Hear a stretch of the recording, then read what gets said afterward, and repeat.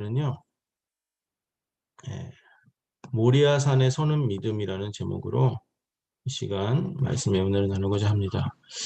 모리아산에 서는 믿음. 자, 히브리서 11장 17절부터 19절 말씀 같이 읽어보겠습니다. 히브리서 11장 17절 19절 말씀 제가 읽겠습니다. 아브라함은 시험을 받을 때 믿음으로 이삭을 드렸으니 저는 약속을 받은 자로되 그 독생자를 드렸느니라. 저에게 이미 말씀하시기를 내 자손이라 칭할 자는 이삭으로 말미암으리라 하셨으니 저가 하나님이 능히 죽은 자 가운데서 다시 살리실 줄로 생각한지라. 비유컨대 죽은 자 가운데서 도로 받은 것이니라. 이는 하나님의 말씀이니라. 아멘. 자, 오늘은 모리아산에 서는 믿음이라는 제목입니다. 여기 모리아산에 서는 믿음. 자, 어저께 수요 예배 때 우리 담임 목사님께서 말씀 주신 것과 관련된 내용입니다. 그래서 어저께 말씀을 못 들으신 분이 계시다면 꼭 유튜브 들어가셔서 우리 목사님 설교 들으시면 좋겠습니다. 자, 아브라함에 대해서인데요. 오늘은 아브라함이 그 의인으로 인정을 받고 복의 근원으로 칭함을 받기까지 이 인생 가운데 크게 네 가지의 분리를 이루었다라고 성경은 말씀하고 있죠. 그래서 이것은 우리가 믿음을 완성시키는 데 있어서 하나님의 나라 또 완성시키고 하나님의 나라를 상속하는 데 있어서 반드시 필요한 성화의 과정을 의미하고 있어요. 성화의 과정. 그래서 오늘은 이 네 가지 분리와 이삭에 그 관한 내용들을 살펴보고 오늘 나누고자 합니다. 그래서 첫 번째로는요. 먼저 아브라함의 네 가지 분리에 대해서 아주 간단하게만 살펴보겠습니다. 이 내용에 대해서는 우리가 구속사 시리즈 10권을 통해서 공부도 하셨고 또 책을 보시면 잘 알고 계시는 아실 수 있는 내용입니다. 그래서 간략하게 네 가지를 살펴보고 넘어가도록 하겠습니다.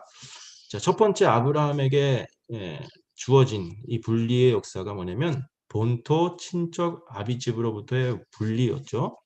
그 말씀이 사도행전 7장과 창세기 12장에 있습니다.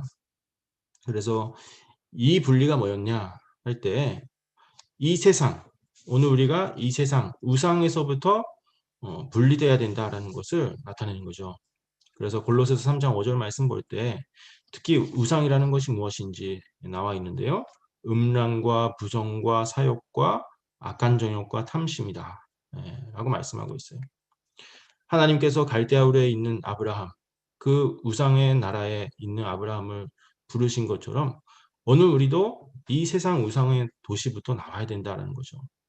그 우상에서 떠나는 것이 바로 믿음의 여정길의 시작이라는 것입니다. 여정길의 시작. 그리고 나중에 또 아비집 데라를 떠나라 그랬잖아요. 그러니까 이것은 인간적인 정까지도 끊어야 된다. 온전히 하나님을 쫓으라, 나를 쫓으라라고 하신 그 하나님의 말씀입니다. 그래서 마태복음 10장 37절에서 38절 말씀 볼 때 인간적인 정까지도 끊고 오직 나를 사랑하라 라고 말씀하고 있죠. 이제 두 번째 분리가 롯과의 분리였어요. 그래서 이것은 세상 욕심과의 분리입니다. 세상 욕심과의 분리. 자, 아브라함과 롯이 이제 서로 다투다가 헤어졌잖아요. 그때 롯은 기름진 곳을 선택을 했습니다. 아브라함이 롯과 이제 떠날 때 너한테 선택권을 주겠다. 너가 좌하면 내가 우로 가고 너가 우로 간다 하면 내가 좌로 가겠다. 그랬잖아요. 그때 롯은 어디를 선택했느냐? 롯은 세상적으로 좋은 것만 선택을 했어요. 세상적으로 좋은 것. 좋은 땅, 돈, 명예, 쾌락 이런 것들을 선택했다라는 것이죠. 그래서 그것에 갔는데 아브라함은 반대로 자기 눈에 보기 좋은 땅에 가는 것이 아니라 자기를 만족시켜주는 세상 욕심을 다 내려놓고 오히려 롯에게 다 양보해줬다는 사실이에요. 그리고 아브라함은 모든 그 욕심을 다 내려놓고요. 오직 하늘에만 소망을 두기 시작했습니다. 예. 그리고 하늘의 상급만을 바라보면서 나아갔다. 이것이 바로 롯과의 분리를 통해서 아브라함이 이룬 역사죠. 그리고 세 번째로 이스마엘을 이제 떠나보냈죠. 이스마엘을 떠나보냈다. 그래서 이 이스마엘과의 분리는 하나님의 뜻 앞에 자신의 모든 계획, 생각, 능력, 또 인간적인 그 사랑까지도 포기하는 것을 의미합니다. 그러니까 내 멋대로, 내 방법대로, 내 기준대로 믿으려고 하는 그 자기 생각, 예, 그것을 다 부인하는 분리를 의미합니다. 우리가 내 멋대로 믿을 때가 있고 내가 믿고 싶은 대로 내 기준의 그 틀에 맞춰서 하나님 믿는 모습이 우리 속에 있을 수가 있습니다. 예, 그런 모습까지도 다 하나님 앞에 없애라. 이 명령을 하는 것이죠. 이 이스마엘은 육신을 따라서 난 자녀였잖아요. 그래서 아브라함이 말씀을 믿지 못하고 인간적인 생각으로 하가를 취해서 이제 이스마엘을 낳았죠. 그리고 그 이스마엘이 아브라함에게 있어서 하나님의 약속을 믿지 못하게 하는 그 원인, 불씨가 되고 말았어요. 그래서 하나님께서 사라를 통해서 아들을 주시겠다. 이 약속을 믿지 못하게 한 거죠. 그래서 하나님은 결국 이스마엘을 내어 쫓으면서 아브라함이 가졌던 그 인간적인 생각, 계획, 또 욕심, 사랑까지도 다 내려놓게 하신 것입니다. 그리고 마지막 분리가 이삭과의 분리예요. 이삭과의 분리. 이 마지막 이삭을 바친 사건은 아브라함의 인생의 최고 하이라이트 결론이라고 할 수가 있죠. 그래서 하나님은 당신께서 직접 언약하신 그 약속의 자녀마저도 번제로 바치라라고 말씀하셨다는 사실입니다. 그런데 아브라함은 이 명령에도 순종을 했죠. 하나님께 번제로 바치게 되는데 이 사건은 아브라함에게 있어서 영육 간에 가장 소중한 것을 바치는 분리였어요. 영육 간에 가장 소중한 것을 하나님 앞에 바치는 분리. 약속의 자녀 이삭에 대한 사랑과 애착. 어저께 말씀하셨잖아요, 목사님께서. 그 영적인 욕심까지도 다 모든 걸 내려놓는 그 믿음의 시험이었다라고 했어요. 예. 그것을 아브라함이 통과한 겁니다. 하나님께서 이삭을 번제로 바치라고 말씀하셨는데 약속의 자녀잖아요. 그리고 그것도 그냥 죽이는 것도 모자라서 번제로 바치래요. 솔직히 잔인하시잖아요. 이삭의 배를 가릅니다. 번제는 배를 갈라야 돼요. 그리고 피를 받아가지고 제단 사면에 뿌립니다. 육질은 각을 뜨고요. 내장은 꺼내서 깨끗하게 씻어가지고 제단 위에 올려서 같이 온몸을 전부 다 태워버리는 겁니다. 근데 어떻게 사람이 자기 아들에게 그런 일을 할 수 있겠어요? 그런데 아브라함은 그런 시험에도 자기 인간적인 생각, 또 영적인 그런 욕심까지도 다 내려놓고 온전히 순종했다라고 성경은 증거하고 있습니다. 그러니까 이 시험은 사실상 이삭을 바친다기보다도 아브라함 자신을 바치는 그런 시험이었습니다. 그래서 아브라함이 가지고 있던 자기 자신의 모든 것을 다 불태워버리는 그러한 사건이 바로 이 마지막 시험이었어요. 자, 이때 하나님께서 이제서야 아브라함아 아브라함아 이제야 내가 나를 경외하는 줄 알았다 라고 말씀하시면서 그 가장 소중한 것도 아낌없이 바치는 아브라함의 그 진실한 믿음을 인정해 주셨죠. 이렇게 해서 네 가지 분리가 있었어요. 그래서 아브라함이 처음 하나님으로부터 부르심을 받은 때가 그때부터 이삭을 바치는 데까지 5, 60년이 걸렸습니다. 이삭이 좀 컸을 때니까요. 그래서 5, 60년 동안 하나님은 아브라함을 강하게 훈련하시고 또 그 믿음을 준비시키셨다는 거예요. 그리고 마침내 이삭을 바치는 이 사건을 통해서 하나님의 부르심, 그러니까 하나님께서 아브라함을 택하심과 그거에 응답하는 아브라함의 믿음이 결국에는 일치가 됐습니다. 하나가 되었어요. 어저께도 목사님 모리아의 뜻 이야기하시면서 말씀하셨잖아요. 나도 하나님을 바라보고 하나님께서도 나를 보시는 거. 일치되는 거. 그것이 바로 모리아산에서 있었던 일이라는 거예요. 자, 마태복음 22장 14절에 이런 말씀이 있습니다. 청함을 받은 자는 많되 택감을 입은 자는 적다라고 말씀하셨어요. 여기 보니까 청함과 택함이라는 단어는 비슷한 것 같으면서도 다른 겁니다. 청함을 받은 자는 많다고 그랬잖아요. 그러니까 아브라함이 75세 때 그 갈대아 우르에서 부르심을 받은 것처럼 그 청함을 받은 자는 많이 있어요. 그러나 택감을 입은 자는 적다.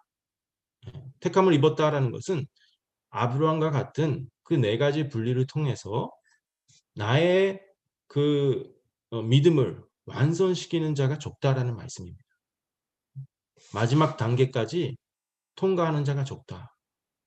그러니까 아브라함처럼 네 가지 분리가 이루어지지 않으면은 이 단계로 나아가지를 못하는 거예요. 마지막 종말을 통과할 수 없다라는 이야기죠. 그래서 야고보서 2장 21절에서 23절에 이렇게 말씀하고 있어요. 우리 조상 아브라함이 그 아들 이삭을 제단에 드릴 때에 행함으로 의롭다 하심을 받은 것이 아니냐. 내가 보거니와 믿음이 그의 행함과 함께 일하고 행함으로 믿음이 온전케 되었느니라. 이의 경에 이른바 아브라함이 하나님을 믿으니 이것을 의로 여기셨다는 말씀이 응하였고 그는 하나님의 벗이라 칭함을 받았다. 그랬죠? 여기 23절에 응하였고라는 단어가요. 헬라어로 프레로라는 단어입니다. 프레로. 이것은 가득 차다, 충만하다는 그 의미를 나타내고 있어요. 충만. 이것은 그 하나님께서도 아브라함을 그 부르실 때 하나님께서 원하시는 기대치가 있을 거 아니에요? 그 기대에 아브라함의 믿음이 응답되었다. 그러니까 온전히 하나가 되었다라는 뜻입니다. 하나님의 기대와 그거에 미치는 아브라함의 그 열심, 뭐 믿음이 하나가 되었다. 응답이 되었다라는 뜻이에요. 그러니까 우리도 이런 믿음의 완성을 이루는 성도가 되어야 된다는 사실을 우리에게 말씀해 주고 있는 것이죠. 그래서 우리가 하나님께서 원하시는 분량에 이르는 것이 중요하다라고 성경은 말씀하고 있습니다. 자, 에베소서 4장 13절에 이렇게 말씀하죠. 우리가 다 하나님의 아들을 믿는 것과 아는 일에 하나가 되어 온전한 사람을 이루어 그리스도의 장성한 분량이 충만한 데까지 이르니라고 말씀하고 있죠. 충만한 데까지. 그러니까 내가 믿고 싶은 대로 믿고 내가 살고 싶은 대로 살고 내 방식대로 교회 생활하고 내가 편한 대로 예배드리고 내 기준에 맞춰서 오염부용하는 그런 신앙이 장성한 신앙이 아니다. 진정한 신앙은 하나님께서 원하시는 데까지 충만한 데까지 이르는 것이다. 그것이 바로 종말을 이기는 믿음이라는 거예요. 마지막 때를 이길 수 있는 믿음. 여기 바로 충만하다. 이것도 아까 응하였고라는 단어의 그 플레로라는 단어와 동일한 단어예요. 플레로, 충만하다. 그러니까 우리의 믿음이 하나님께서 원하시는 그 베풀어 원하시는 그 단계까지 나아가야 된다라는 것이죠. 그래서 이렇게 아브라함의 믿음이 완성된 사건이 바로 이삭을 바치는 이 사건이었습니다. 그래서 네 가지 분리를 통해서 아브라함의 그 믿음이 장성한 분량이 충만한 데까지 이르렀다라는 사실을 살펴보았어요.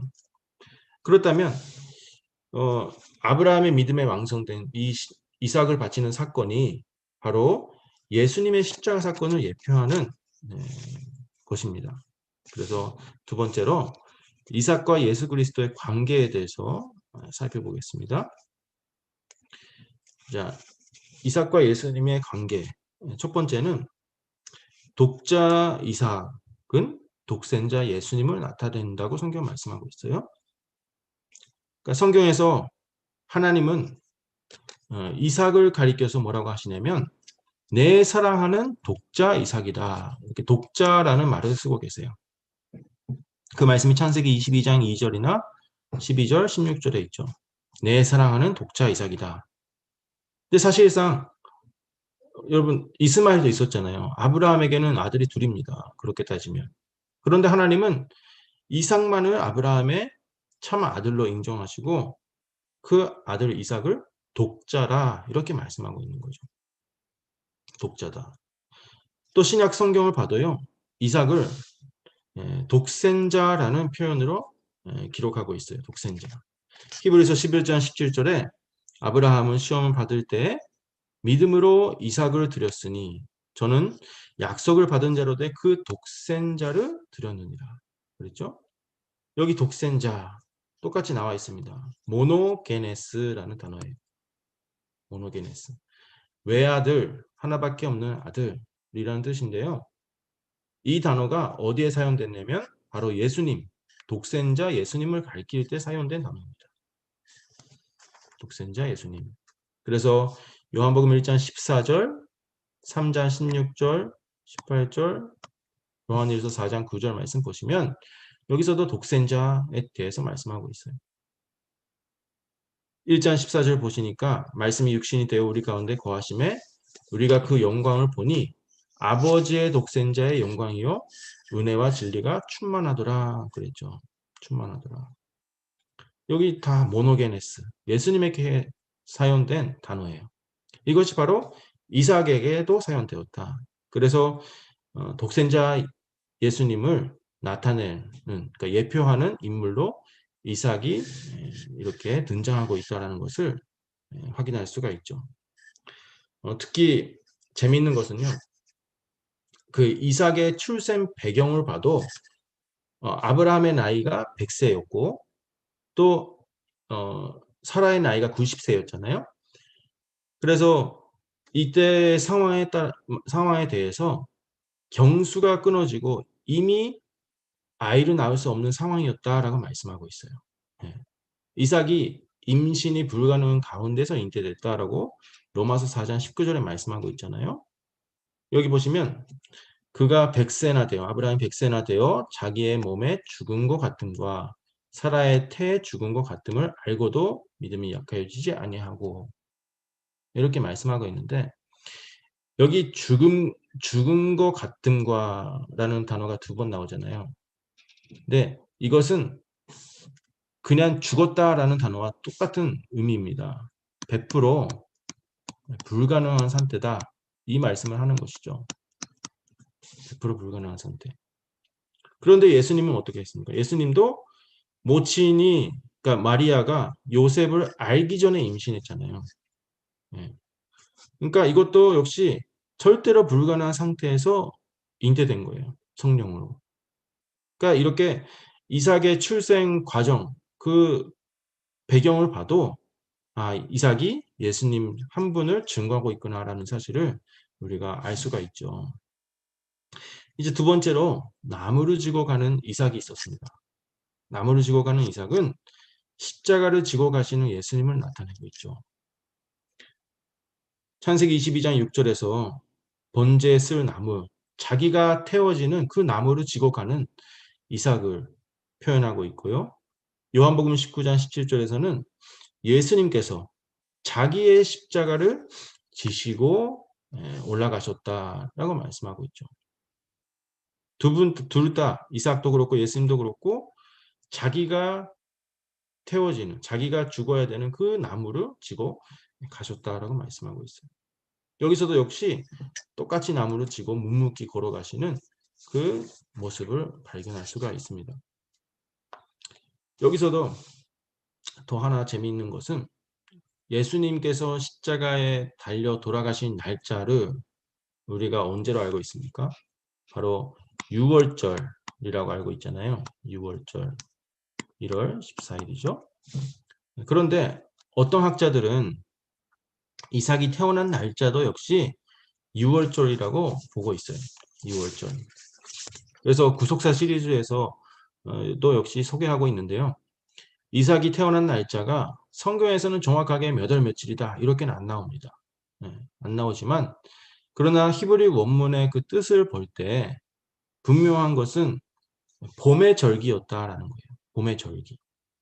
그러니까 하나님은 이미 이삭이 태어나는 그 날짜를 1월 14일로 정하시고 미리 이삭을 통해서 만 인간의 그 죄를 지고 가는 예수님의 그 모습을 예표하게 하셨다라는 뜻입니다.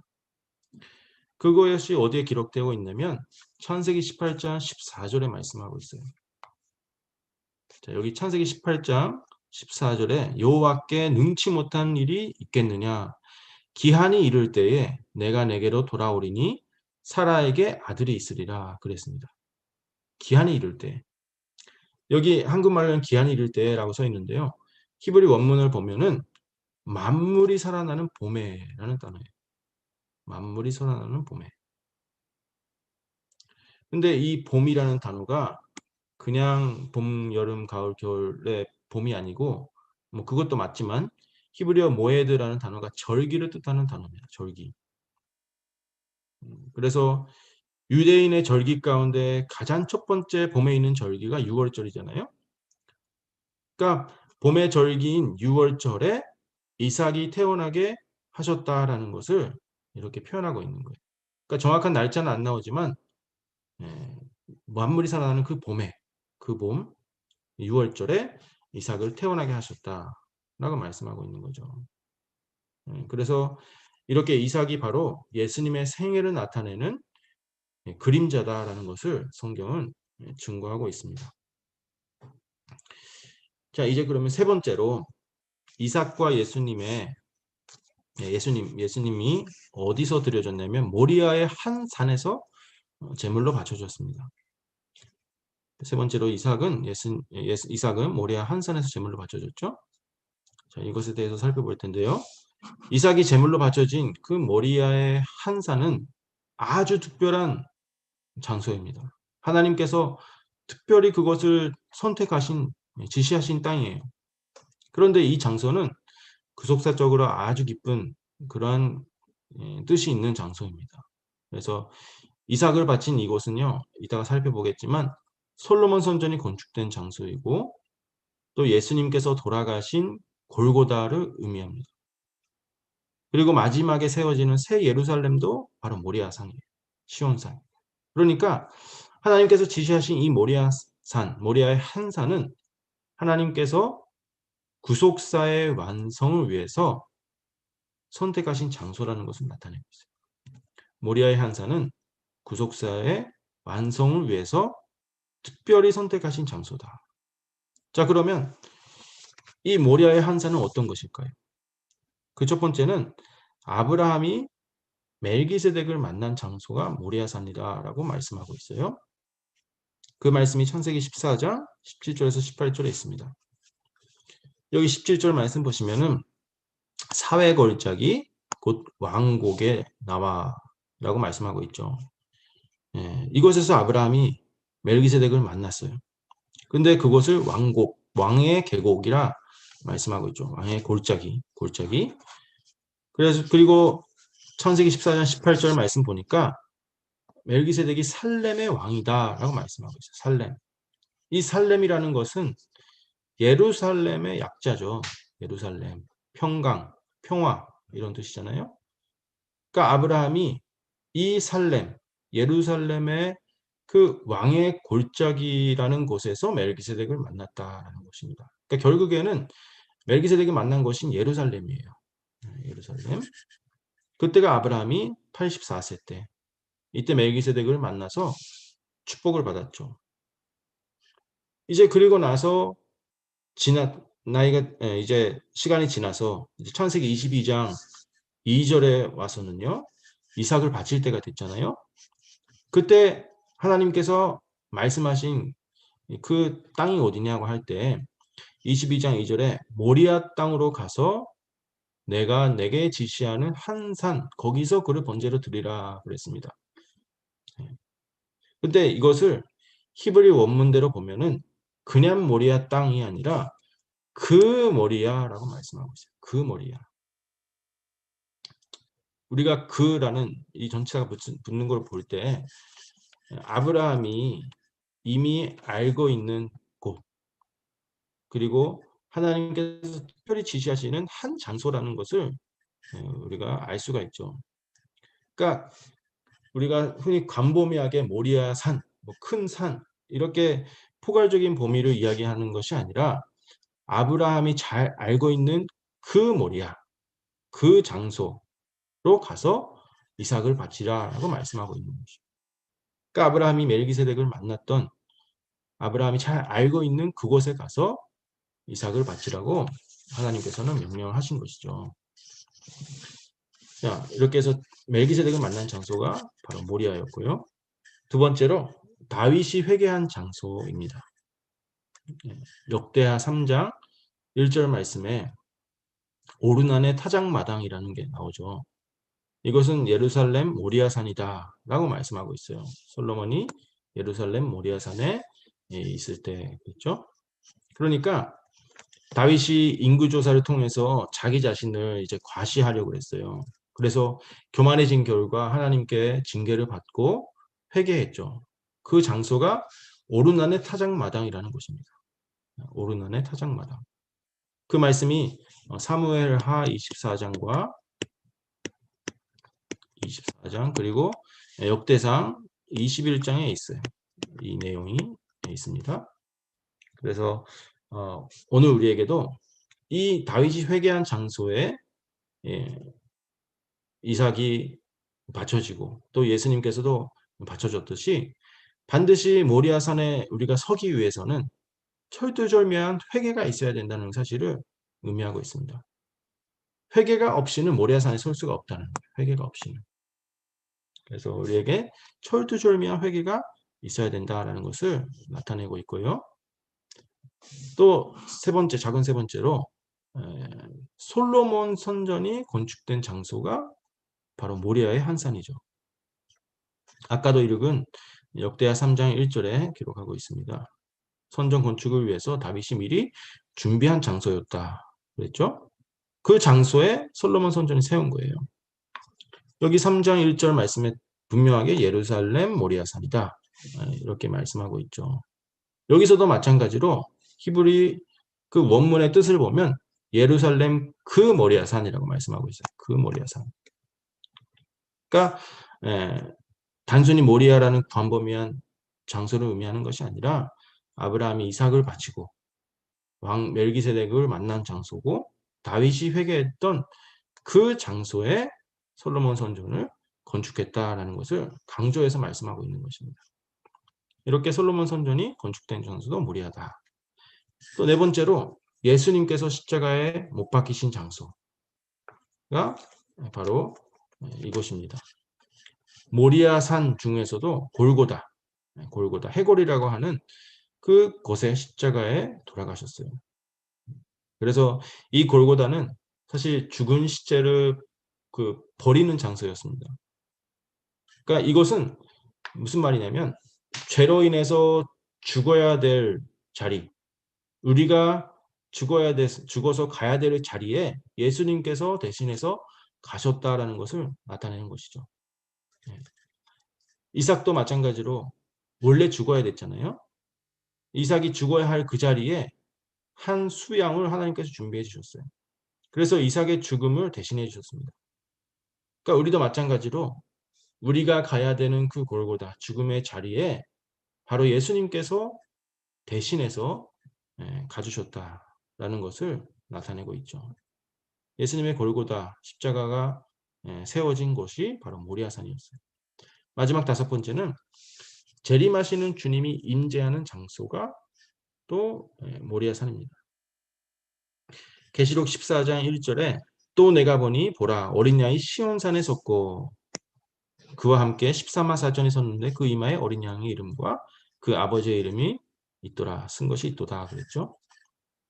이 시온산은 최고의 봉우리입니다. 최고 봉우리. 평강의 왕이 임재하시는 가장 높은 산이 시온산이에요. 가장 높은 산.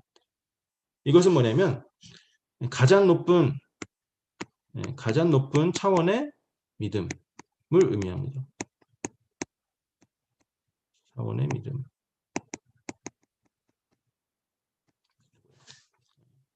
그러니까 죽음을 이기는 산자의 믿음. 가장 높은 자리에 차원의 그 신앙. 그런 신앙을 가진 사람들이 서는 것이 바로 시온산이라는 거죠.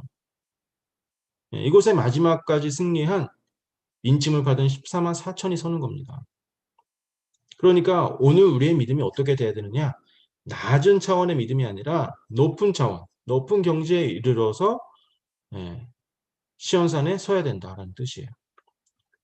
오염부영 믿다가 안 믿다가 하면 대충 교회 다니고 이런 게 아니라 정말 하나님께서 원하시는 그 높은 경지에 이르는 믿음이 높이 올라가는 그런 성도가 되어야 된다는 것을 말씀하고 있죠. 이렇게 해서 이삭이 바쳐졌던 그 모리아산은 예수님께서 우리 인간을 구원하실 구속 역사 정체를 미리 보여주신 산이었습니다. 또 앞으로 오실 주님께서 역사하실 장소로 선택하신 장소가 바로 모리아산이다. 이런 것을 성경은 미리 우리에게 증거하고 있는 것이죠. 그렇다면 바로 오늘 우리가 이 모리아산에 서는 자가 되어야 되는데 오늘 우리도 아브라함처럼 모리아산에 서기 위해서는 어떤 신앙을 가져야 되는지 마지막 결론으로 살펴보도록 하겠습니다. 자, 모리아산에 서는 믿음. 첫 번째는 하나님의 말씀에 즉시 응답하는 믿음입니다. 하나님의 말씀에 즉시 응답하는 믿음. 창세기 22장 1절 말씀입니다. 창세기 22장 1절 말씀에 그 일 후에 하나님이 아브라함을 시험하시려고 그를 부르시되 아브라함아 하시니 그가 가로되 내가 여기 있나이다 라고 했습니다. 여기 내가 여기 있나이다. 이 말은 히브리어로 힌네니라는 단어가 사용되어 있어요. 힌네니. 이 힌네니는 뜻이 나를 봐달라, 나를 보소서, 나를 주목하소서 이런 뜻이에요. 이것은 적극적으로 자신의 위치를 밝히는 겁니다. 자신의 위치를 밝히는 것. 내가 여기 있습니다. 나를 봐주세요. 나를 확인해 주세요. 라는 뜻을 가진 단어가 이 힌넨이라는 단어입니다. 자신의 위치를 밝히는 것. 그러니까 항상 하나님께서 부르시는 그 음성 앞에 우리가 나 여기 있습니다. 할 수 있는 그러한 믿음이 있어야 된다라는 뜻이죠.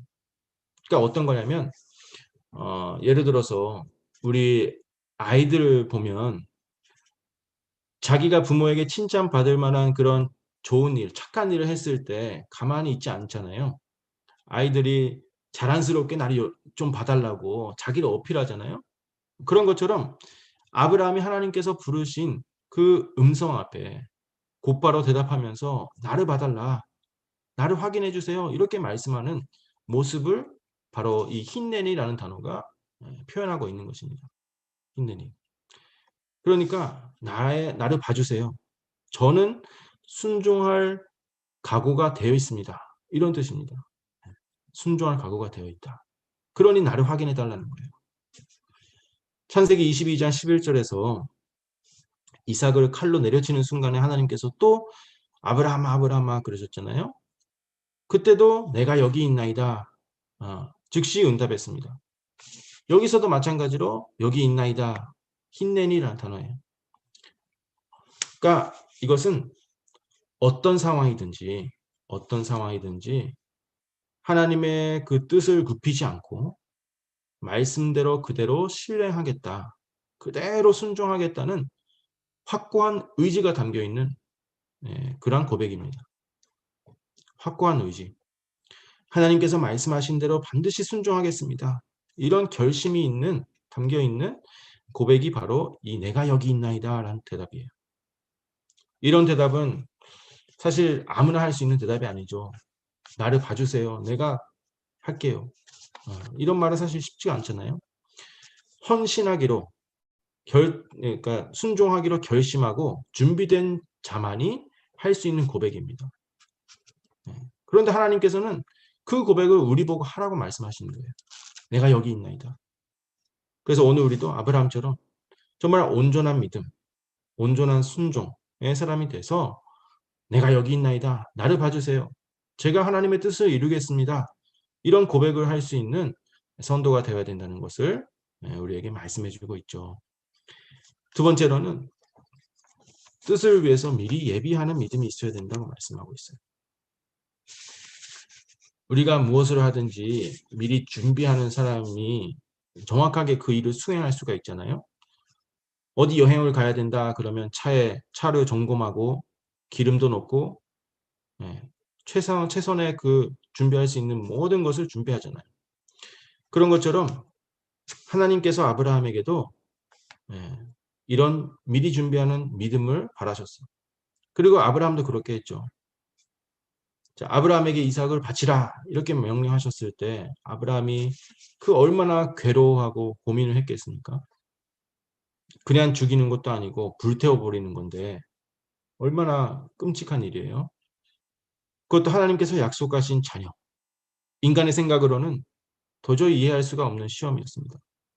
그러나 아브라함은 그 모든 것을 다 하나님 앞에 맡기고 순종했죠. 그리고 그 순종 위에서 아브라함이 준비를 했다는 거예요. 철두철미하게. 그 아브라함이 어떻게 하면 하나님의 그 명령을 지킬 수 있을까? 밤새도록 고민하고 기도하고 생각하면서 이 삼위일길을 걸어갔을 겁니다. 자, 창세기 22장 3절 말씀 보시면 여기 말씀하고 있잖아요. 아브라함이 아침 일찍 일어났다. 예. 또 본제술 나무를 미리 쪼갰다. 또 삼위일길을 걸어서 모리아산에 갈 때 그 중간에 두 사환을 종들을 놓고 이삭과 아브라함 단 둘이서 갔잖아요. 왜? 만약에 이삭을 묶어서 이제 번제로 바치려고 하는 거를 사환들이 보면은 막을까 봐. 그러니까 아브라함이 사라 아내에게도 이야기하지 않고 느긋느긋하게 점심 지나서 가는 것도 아니고 아침 일찍 일어나서 아무도 없는데 나귀의 안장을 지우고 그리고 이삭을 데리고 번제술 나무를 다 쪼개고 준비해 놓고 이렇게 하나님의 말씀에 순종할 수 있는 준비를 다 갖춰 놓은 다음에 간 거예요. 또 3일 길을 갈 때 끝까지 아브라함이 그 자리까지 올라갔잖아요. 그러니까 이것은 오로지 하나님께 집중하는 아브라함의 믿음을 보여주고 있는 것입니다. 절대로 나는 불순종하지 않겠다. 어떤 일이 있어도 순종하겠다는 강한 의지가 담겨 있는 거죠. 그러니까 우리도요. 내가 뭐 교회 생활을 열심히 하겠다. 또 성경을 열심히 읽겠다. 뭐 각오와 결심을 매년 하잖아요. 1월 1일 되기 전에. 그러면 우리가 그 결심한 것들을 정말 철두철미하게 미리 준비하고 이렇게 실천하고 있는가라는 것을 하나님께서 우리에게 물어보고 계시다는 것을 기억해야 되죠. 그래서 우리에게도 정말 살아가는 우리 성도들에게 필요한 믿음은 바로 준비하는 믿음입니다. 준비하는 믿음. 이것을 기억하라 말씀하고 있고요. 세 번째로는 부활과 변화를 바라보는 믿음이 반드시 있어야 된다라고 말씀하고 있어요. 창세기 22장 5절 말씀에 사환들에게 아브라함이 이야기했죠. 내가 아이와 함께 가서 경배하고 너희에게로 돌아오리라 말씀하고 있어요. 돌아오리라. 여기 돌아오리라 이 문장의 히브리 원어를 보면 1인칭 복수형이 사용됐죠. 그래서 우리가 돌아오겠다, 같이 돌아오겠다라는 뜻이에요. 아브라함이 반드시 이삭과 함께 돌아오겠다. 이미 아브라함은 마음에 결심하고 칼을 들고 이미 죽이려고 지금 있는 거잖아요. 그런데도 돌아오겠다, 함께 돌아오겠다라고 말씀하고 있는 것이죠. 이것은 아브라함이 반드시 이삭을 살리신다, 하나님께서 살려주신다는 확신한 믿음을 가지고 할 수 있었던 고백이라고 할 수가 있어요. 아브라함은 죽은 자도 살리시는 하나님의 능력을 확신하고 아브라함에게 주신 그 이삭, 그 언약까지도 흔들림 없이 굳게 믿는 변화를 바라보고 부활을 바라보는 그런 믿음을 가졌다는 것을 말씀하고 있죠. 그래서 오늘의 본문 말씀에 18절 19절 히브리서 11장 18절 19절 말씀 보니까 저가 하나님이 능히 죽은 자 가운데서 다시 살리신 줄로 생각한지라 믿었다. 살리실 것을 생각했다. 라고 했죠. 그리고 죽은 자 가운데서 도로 받았다. 예. 이삭이 부활로서 받았다라는 거예요. 그러니까 우리에게 필요한 믿음이 바로 이 부활과 변화를 믿는 믿음. 우리의 목표자 결론이잖아요. 변화 영생에 이르는 것이.